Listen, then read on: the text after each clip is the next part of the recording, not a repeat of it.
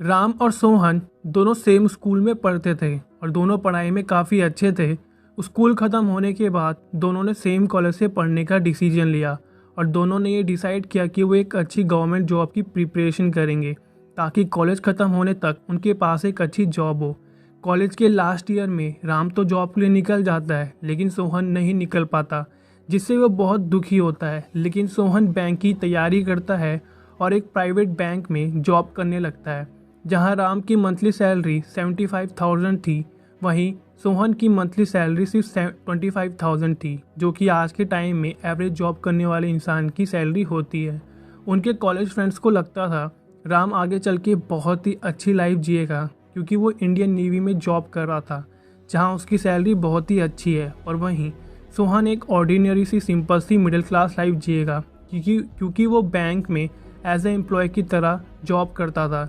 लेकिन 25 साल बाद जब कॉलेज की रियूनियन में सभी फ्रेंड्स राम और सोहन एक दूसरे से मिलते हैं, तो राम बहुत ही महंगी कार और उसके कपड़ों से लगता है वो बहुत रिच हो चुका है।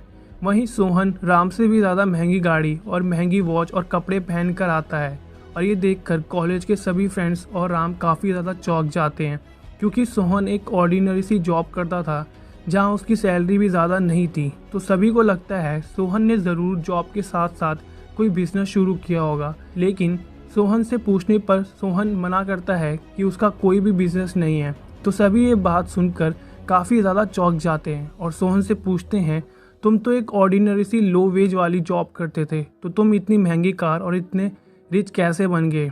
तो सोहन बताता है उसे ना ही कोई बिजनेस किया और ना ही उसकी कोई लॉटरी लगी है, वो सिर्फ अपनी सैलरी के दम पर इतना अमीर बना है। तो ये सुनकर सब जानना चाहते थे ये इतनी कम वेज के बावजूद भी इतना अमीर कैसे बन गया, और वो सोहन से पूछते हैं। तो सोहन उन्हें बताता है जब उसकी जॉब लगी थी तब वो सिर्फ 22 साल का था और उसकी नीड्स यानी खर्चे भी कम थे, और बैंक्स में काम करते करते उसने इन्वेस्टमेंट के बारे में सुना और इन्वेस्ट करना शुरू कर दिया, और पैसों को सेव करने के लिए उसने 50-30-20 रूल का यूज़ किया। तो ये सुनने के बाद सभी दोस्त बोलते हैं ये 50-30-20 रूल क्या है, और इन्वेस्टमेंट में तो बहुत ज़्यादा रिस्क होता है, तुम्हें शेयर मार्केट और फंड्स के बारे में इतनी नॉलेज कैसी थी?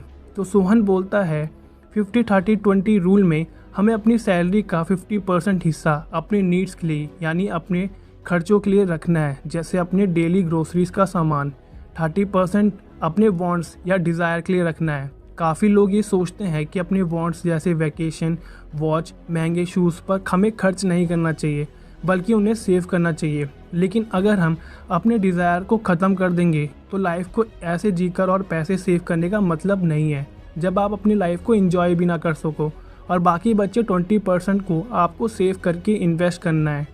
अब बहुत लोग जो नॉर्मल जॉब करते हैं उन्हें शेयर मार्केट या म्यूचुअल फंड की इतनी नॉलेज नहीं होती, तो वो लोग कैसे इन्वेस्ट कर सकते हैं ज़ीरो रिस्क के साथ, जिस इन्वेस्टमेंट में हमें अच्छा रिटर्न भी मिले और रिस्क भी ना हो, वो हम आगे जानेंगे। तो जब मैंने जॉब स्टार्ट की तब मेरी सैलरी सिर्फ 25,000 रुपीज़ थी।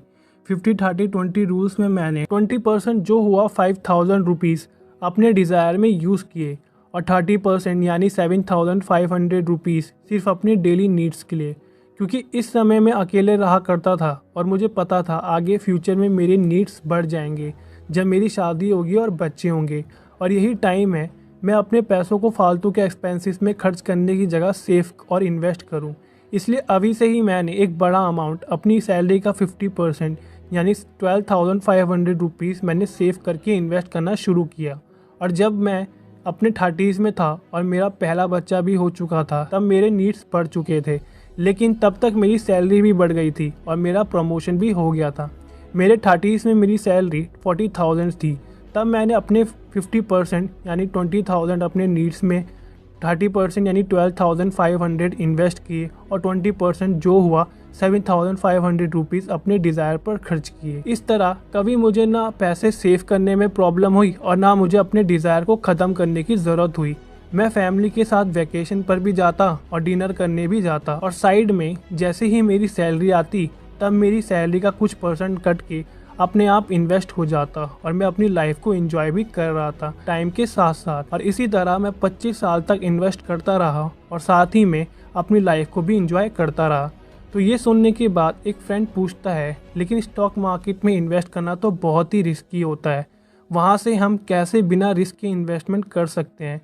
तो सोहन बोलता है उसको स्टॉक मार्केट के बारे में बिल्कुल नॉलेज नहीं थी। उसने अपने फ्रेंड जो उसका ऑफिस कलीग था उससे इंडेक्स फंड के बारे में सुना, जहाँ उसने मुझे बताया कि इंडेक्स फंड या निफ्टी 50 में इंडिया की टॉप 50 कंपनी लिस्टेड है और ये सभी कंपनीज लार्ज कैप कंपनीज है और सिर्फ इन्हीं 50 कंपनी में इंडिया की 52% मार्केट होल्ड किया हुआ है, जिसे मुझे अलग अलग कंपनीज में इन्वेस्ट नहीं करना पड़ा। मैं सिर्फ एक जगह इन्वेस्ट करके ही इन सब कंपनीज का एक पार्टनर हूँ और अगर इन 50 कंपनी में किसी कंपनी का स्टॉक अच्छा परफॉर्म नहीं करता तो वो उसे हटाकर एक ऐसी कंपनी को लिस्ट करते हैं जो अच्छा परफॉर्म करती है और ये हर 6 महीने में होता है। निफ्टी 50 को हम बास्केट बोल सकते हैं, जिसके अंदर इंडिया की टॉप 50 कंपनीज रखी हुई है, यानी इंडेक्स फंड में सभी की सभी अच्छी कंपनीज आती है। और जहां 1999 में इंडेक्स फंड 890 पॉइंट्स पर था, वहीं 2022 में इंडेक्स फंड 17,700 पॉइंट्स पर है। यानी पिछले 23 सालों में इंडेक्स फंड ने हमें 12% का कंपाउंडेड रिटर्न दिया है। भले ही बीच में रिसेशन आने पर या मार्केट के ख़राब परफॉर्म करने पर मार्केट नीचे जाता है,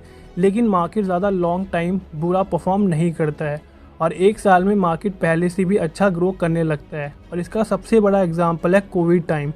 कोविड के टाइम में मार्केट सिर्फ 3 महीने में 4,000 पॉइंट नीचे गिरा था, जहां फ़ेब 2020 में मार्केट 12,000 पॉइंट्स पर था, वहीं अप्रैल में मार्केट 8,000 पॉइंट पर आ गिरा। लेकिन वहां से सिर्फ एक ही साल में मार्केट अपने ऑल टाइम हाई 18,000 पॉइंट्स पर पहुंच गया। मार्केट हर 10 साल में नीचे गिरता है, लेकिन इसे सिर्फ वही निकल पाता है जो लॉन्ग टर्म के लिए इन्वेस्ट करे। बल्कि ऐसे टाइम में हमें पैसे निकालने की जगह और ज़्यादा बड़ा अमाउंट इन्वेस्ट करना चाहिए। तो अपने कलीग की ये बात सुनकर मैंने निफ्टी 50 में इन्वेस्ट करना शुरू किया, जहाँ मुझे 13% का कंपाउंडेड रिटर्न मिला 25 सालों तक, जिस वजह से ना मुझे अपने पैसों को खोने का डर था और वो इन्वेस्ट भी हो रहे थे।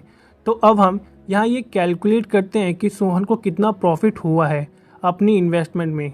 तो सोहन ने निफ्टी 50 में 25 सालों तक इन्वेस्ट किया, जहाँ उसने मंथली 12,500 रुपये इन्वेस्ट किए और उसकी टोटल इन्वेस्टमेंट हुई 37,50,000 रुपये की और 13% उसे एनुअल रिटर्न मिला। तो उसको 25 साल बाद 2,83,92,000 रुपये का प्रॉफिट हुआ। वहीं अगर वो ये इन्वेस्टमेंट सिर्फ 5 साल और करेगा तो उसको 5,52,00,000 रुपये का प्रॉफिट होगा।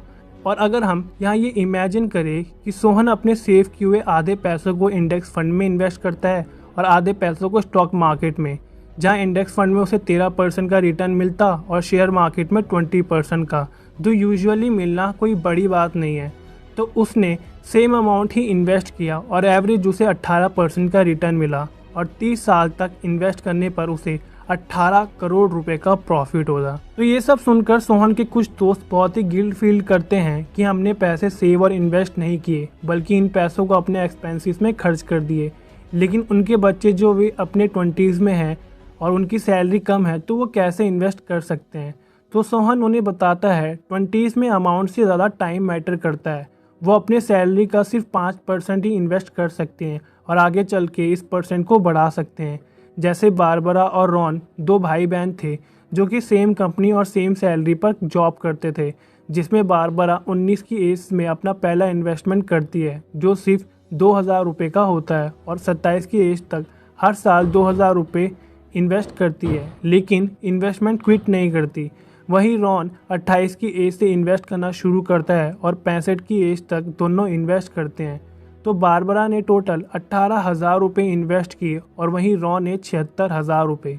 लेकिन बारबरा को 65 की एज में 10,26,220 रुपये का प्रॉफिट हुआ और रॉन को सिर्फ 7,45,644 रुपये का, जबकि बारबरा ने सिर्फ 18,000 रुपये ही इन्वेस्ट किया और वो भी मंथली नहीं, ईयरली। अगर वो ये साल की जगह मंथली इन्वेस्ट करती, यानी हर महीने 2,000 रुपये और पूरे 65 की एज तक, तो उसे 10 करोड़ से भी ज़्यादा का प्रॉफिट होता।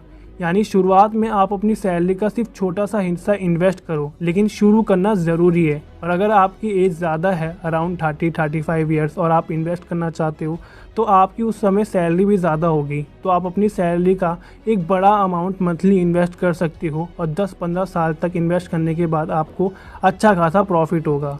ये सब सुनकर राम भी काफ़ी ज़्यादा चौंक जाता है। भले ही राम के पास एक अच्छी जॉब है और उसने एक अच्छी लाइफ जी है और उसकी सैलरी सोहन से कई ज़्यादा थी, उसके बावजूद भी सोहन उससे ज़्यादा अमीर बन गया। तो सोहन ने अपने इन्वेस्टमेंट में, अपनी लाइफ में अपने डिज़ायर और वांट्स को ख़त्म नहीं किया।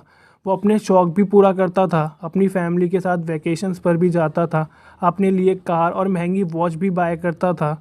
यही नहीं, उसने ऐसी जगह इन्वेस्ट किया जहां भले ही उसे रिटर्न कम मिला लेकिन उसमें रिस्क नहीं था। तो इस तरह एक प्रॉपर फाइनेंशियल प्लानिंग के साथ सोहन ने काफ़ी वेल्थ ग्रो की। सो अगर आप भी अपनी सैलरी के दम पर एक वेल्थ बनाना चाहते हो तो इसको आप फॉलो कर सकते हो। सो आई होप आप लोगों को वीडियो पसंद आई होगी, और अगर आप लोगों को वीडियो पसंद आए तो वीडियो को लाइक कर देना, चैनल पे नए हो तो चैनल को सब्सक्राइब कर देना। तो मिलते हैं